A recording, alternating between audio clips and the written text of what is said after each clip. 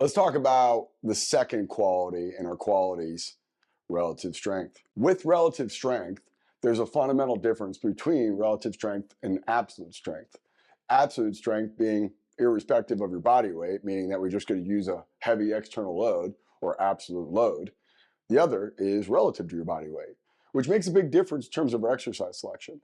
Both may or may not use a compound multi-joint lift, but one, being the absolute strength, is going to be more necessary we use a compound lift because that has a higher potential for external load, which would mean more absolute load. With relative strength, we have to consider what my strength is relative to my body mass.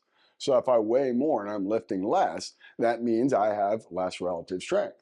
And one of the better determinants of that is a body weight exercise like a pull-up or a inverted row or a push-up or a dip or something like a single leg squat where I'm moving my body mass.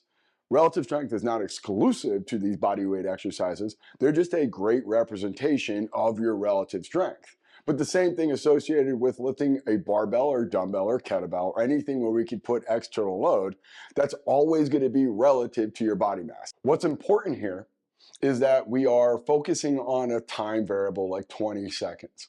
And anytime we see a lower number of time under tension or reps under 6 reps, you'll see a higher corresponding intensity. So when you're thinking relative strength, yes, you want to choose the right mode or the exercise that is congruent with lifting the most weight relative to your body mass. But more importantly, is you're getting to an intensity that's threshold. A couple ways to quantify that would be looking at your percentage or rep max. Another way would be looking at it in terms of reps in reserve, meaning that I have a minimal amount of reps in reserve, 1, maybe 2 tops. And then the final one would be relative intensity, which is your percentage of your max that you're lifting on that given day. That could be upwards to 90 to 95% of your relative strength rep max percentage.